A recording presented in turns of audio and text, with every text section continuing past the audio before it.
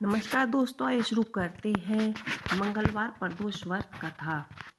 तो सूत जी के मुख से इतनी कथा श्रवण कर ऋषियों के मध्य में बैठे हुए महिषी गंगाधराचार्य जी बोले कि महामुनि, आप हमारे उपकार परम कर्म करके प्रदोष व्रत का विधि पूर्वक वर्णन कीजिए।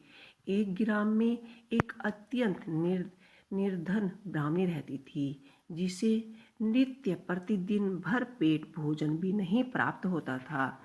इसी दुखी होकर वह वन में चली गई और चलते चलते वह सांडल्य मुनि के आश्रम में जहाँ पहुँची और दंडवत कर अपनी दुख भरी गाथा सुना दी, जिससे सुनकर वह सांडल्य ऋषि की को दया आ गई और वह बोला कि तुमको दुख से छुटकारा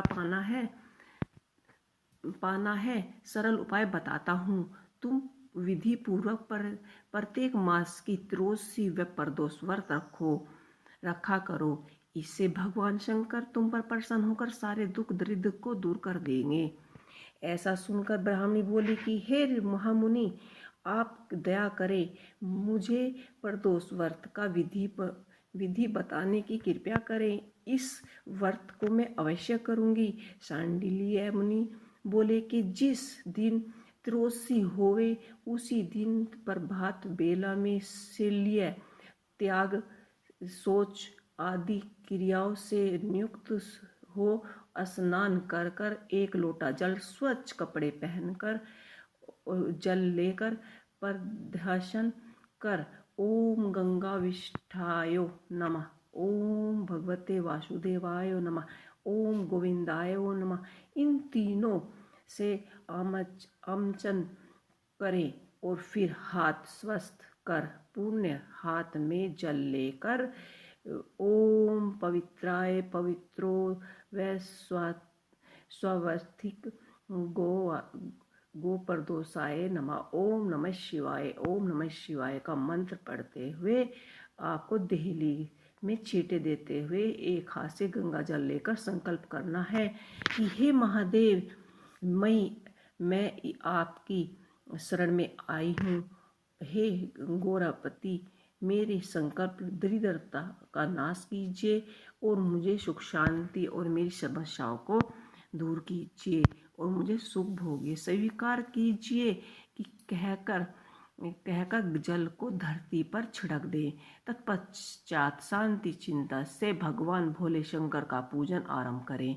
शिव जी को आसन परिधान, धूप दीप नैवेद्य बेलपत्र अर्पण कर आरती करें। इसके बाद ध्यान करें और कौशल्यापति कैलाशपति, जिसके मस्तक पर गंगा और पवित्र धारा प्रवाहित होती हैं, चंद्रमा के प्रकाश से सुशोभित त्रिनेत्र बाघंबरधारी, गले में सांपों की माला पहने, हाथों में त्रिशूल तथा डमरू धारण किए हुए, जिसके बागम में कमल समान सुंदर मुख वाली, सूर्य प्रभा के समान तेजस्वी गौर गंग वणी वाली भगवती पार्वती, जिसके चारों हाथों में शंख चक्र गदा और पद्म विराजमान है, ऋषि पत्नियों के सहित सुशोभ्यमान हो रहे हैं।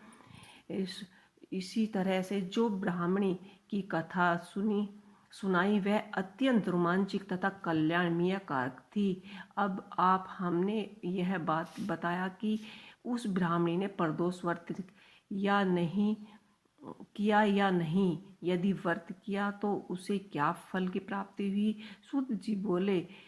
सूतक जी बोले कि हे ऋषियों, अब तुमको वही कहानी सुनाता हूँ, ध्यान पूर्वक श्रवण करो। देवी योग में से उस दिन त्रयोदशी ही थी। अंत में ब्राह्मणी ने उस दिन त्रयोदशी ही थी, अतः ब्राह्मणी ने ऋषियों कथानुसार व्रत करना आरंभ कर दिया।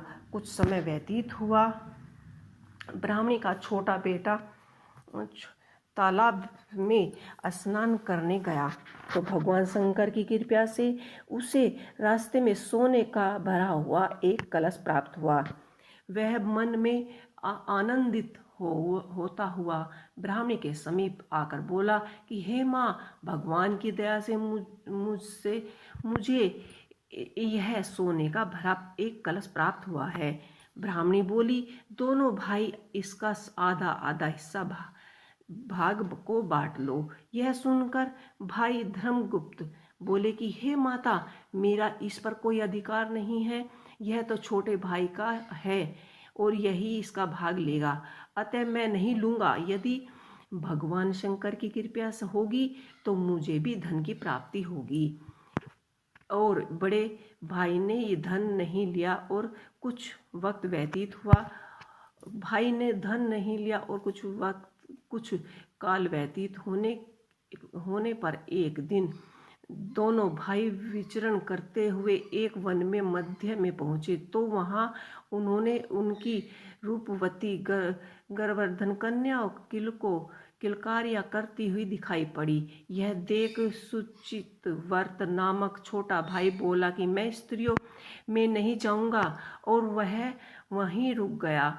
वह उसका बड़ा भाई राजपुत्र कन्याओं के सम्मुख पहुंचा। उसके सुंदर स्वरूप को देखकर उसने एक धनवर्ती कन्या उस पर मोहित हो गई और एक टकी लगाते हुए उसे निहारती रही। अन्य गर्वर्धन कन्या राजपुत्र को देख उसी के कुछ दूर चली गई और राजपुत्र तथा गर्वर्धन कन्याएं वहां से रह गई। तब वह उसके समीप गया और गर्वर्धन कन्या से अपने प्रश्न किया कि आप कौन हो और इस वन में आप कैसे आई हो। तब राजपुत्र बोले कि मैं विदर्भ देश का राजकुमार धर्मगुप्त हूँ। मेरे पिता का स्वर्गवास हो गया है और शत्रुओं से हमारा राज्य छीन लिया है और हम विवश होकर अपनी रक्षा हेतु इस वन में आए हैं।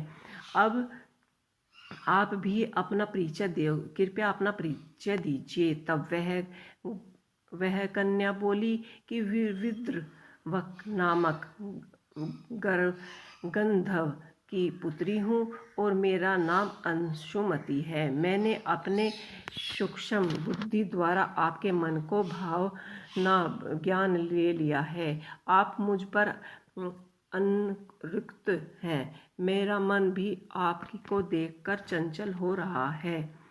सूत जी महाराज बोले कि ऋषि इसी तरह बोलने पर भगवान शंकर से इस कन्या के योग वर की प्राप्ति की थी तो उसको उसका धर्मगुप्त नाम मेरा एक भक्त पृथ्वी पर निवास करता है, उसका राज्य उसके शत्रुओं ने छीन लिया है।